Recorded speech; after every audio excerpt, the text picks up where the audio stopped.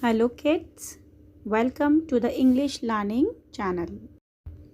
Kids, our today's topic is preposition. Today we will learn about the prepositions. Firstly, understand the definition of a preposition. A preposition is a word that shows the relation between a noun or a pronoun and some other words in a sentence. It means preposition noun का और pronoun का sentence में जो other words होते हैं उनके साथ उनका रिलेशन बताते हैं. It shows the position of the noun and pronoun. See example. Preposition is placed before a noun और अ प्रोनाउन. मीन्स जो प्रपोजिशन वर्ड्स होते हैं we use before noun and pronoun. See, its meaning is clear with its name. Its name is preposition, means pre and position. Pre means पहले and position means position बताना.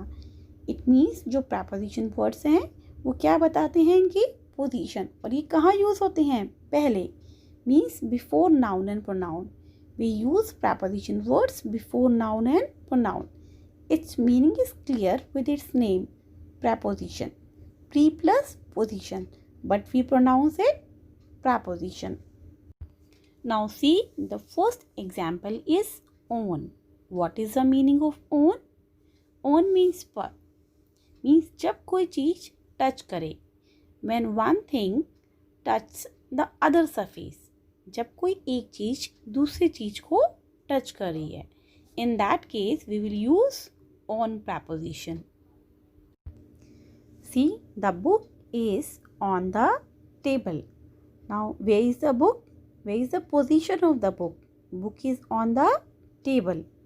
तो book किसको touch कर रही है, table को, and it is kept on the table.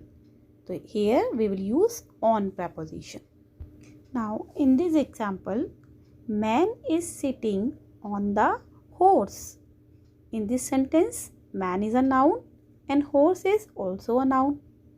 For the man noun we have used in second sentence he pronoun. Man के लिए हम कौन सा pronoun यूज करते हैं, he, and horse के लिए it. तो second sentence में हमने noun को pronoun में change किया है. The sentence is same. The man is sitting on the horse. Now where is the man? On the horse. Where is the position of the man? On the horse. तो where?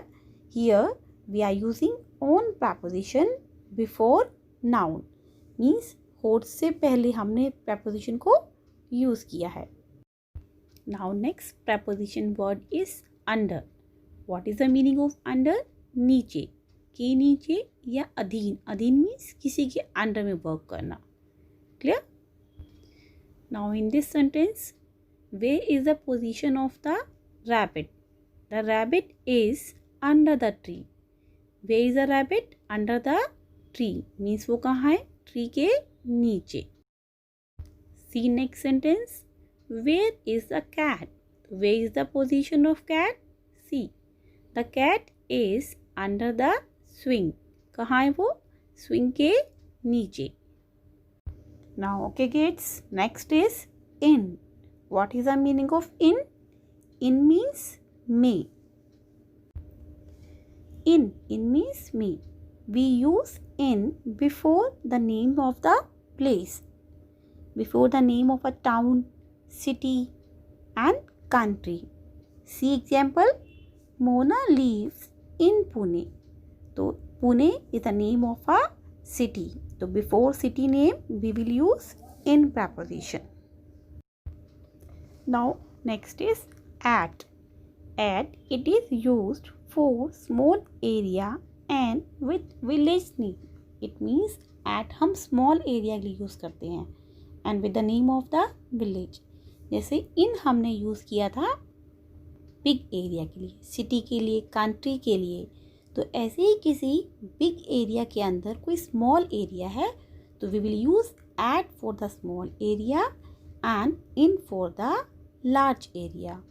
For example, I live at Model Town in Rewari. Now model town is a small area and Rewari is a big area. Rewari के अंदर model town है, तो we will use eight for small area and in for big area.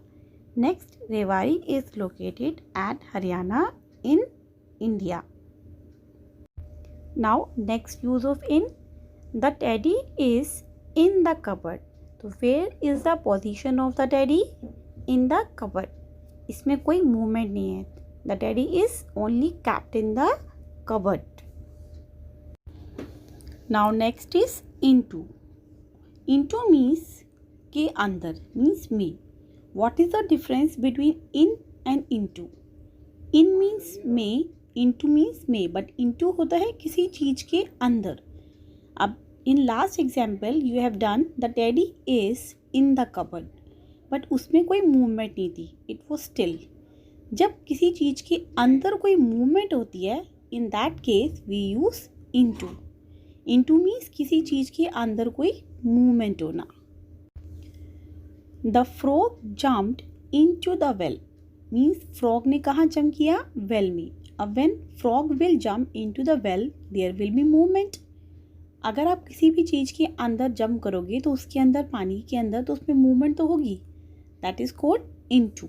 In that case we will use into preposition, not in. If we will write the frog jumped in the well, that will be wrong. जब किसी चीज़ में movement हो we will use into. The dog jumped into the river. तो river body के अंदर movement होगी, we will use into in that case. ठीक है. The man dived into the swimming pool. तो उसमें भी क्या होगा? आपका मूवमेंट होगी वाटर के अंदर.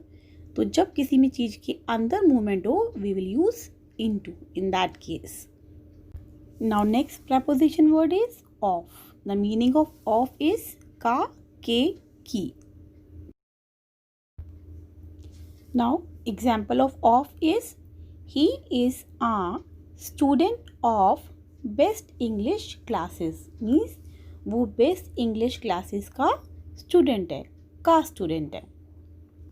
Next example, he is son of Mr Khurana. Means वो मिस्टर खुराना का सन है. She is a daughter of Mrs Khurana. वो मिसिस खुराना की बेटी है.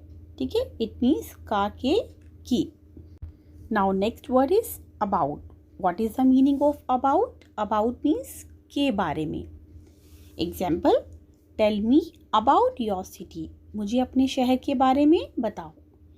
और one more example, tell me about yourself. मुझे अपने बारे में बताओ. Clear? No. Now next preposition word behind. What is the meaning of behind? Behind means पीछे. Now where is the fence? See in this picture, where is the fence?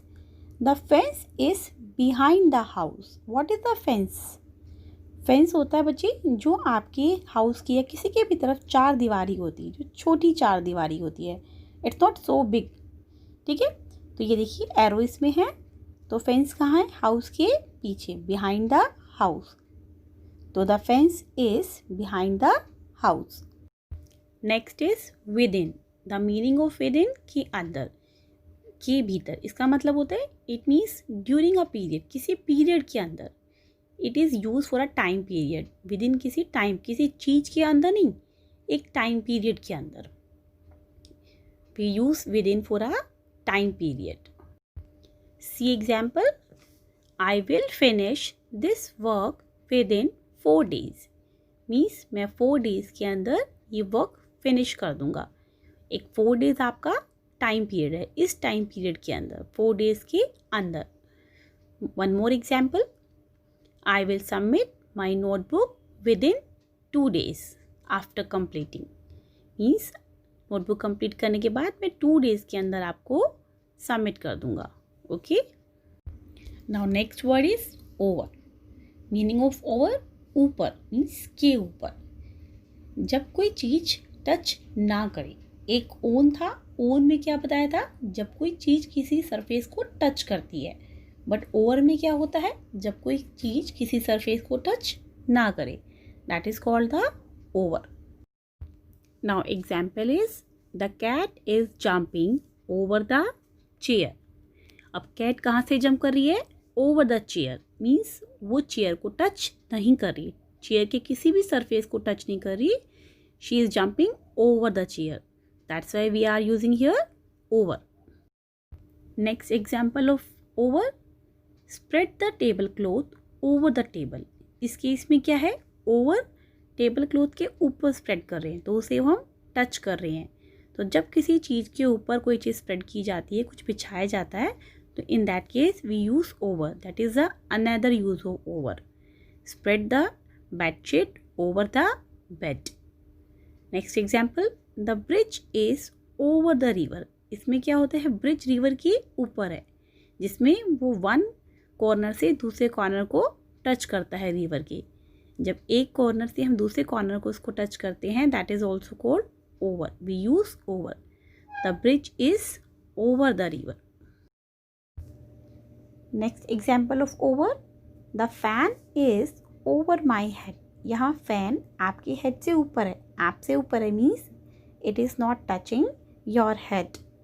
तो जब कोई चीज़ ज़्यादा ऊपर होती है, हाई लेवल पे होती है, तो in that case we use above. और कम गैप होता है, ज़्यादा ऊपर नहीं है, थोड़ा ऊपर है, तो we will use over. That is the difference between the over and the above. For example, one more example, the aeroplane is over the town. तो टाउन के ऊपर है, मीन्स ज़्यादा ऊपर नहीं है. The aeroplane is flying above the clouds. वहाँ वो ज़्यादा हाई है, तो उसमें हमने अबव यूज़ करेंगे. That is the difference between over and above. Above we use for the more high level than over. Now next is above. Where is the basketball net? See the picture. Where is the basketball net? See arrow. Where is the arrow? The basketball net is above the garage. कहाँ है वो? Garage के ऊपर, above the garage. Next is up. See, where is the cat? It is running up the stairs. Up means ऊपर, down means नीचे. Stairs के ऊपर है तो up और नीचे हो तो down the stairs. तो it is running up the stairs. Next is from. The meaning of from is say. Example, he has come from Delhi. वो दिल्ली से आया है, तो he has come from Delhi. Now see this exercise. Fill in the blanks using the correct prepositions of place for each one. Now you have to fill the preposition words in these blanks. Options are given you: in, under, next, next to, near, on, above, between, behind and below. See number 1. The clock is dash the wall. Now where is the clock? The position of the clock is on the wall. So we will put here the clock is on the wall. See second, the ball is dash the table. Now where is the ball? Under the table. So we will write the ball is under the table. Number 3, the cat is dash the armchair. अब cat कहाँ पे है? Where is the position of the cat? Cat is behind the armchair. So we will write the cat is behind the armchair. See number 4. The table is dash the armchair. Where is the position of the table? Table is near the armchair. Clear? Near means pass me. Number 5. The carpet is dash the floor. Carpet कहाँ पे है? Floor के ऊपर. The carpet is on the floor. Number 6. The lamp is dash the table. So where is the lamp? On the table. So we will put on the table. Number 7. The flowers are dash in the vase. तो किस flowers कहाँ पे हैं? vase के अंदर. So we will put the flowers are in the vase. Number 8. The table is dash the chair and the armchair. So where is the position of table?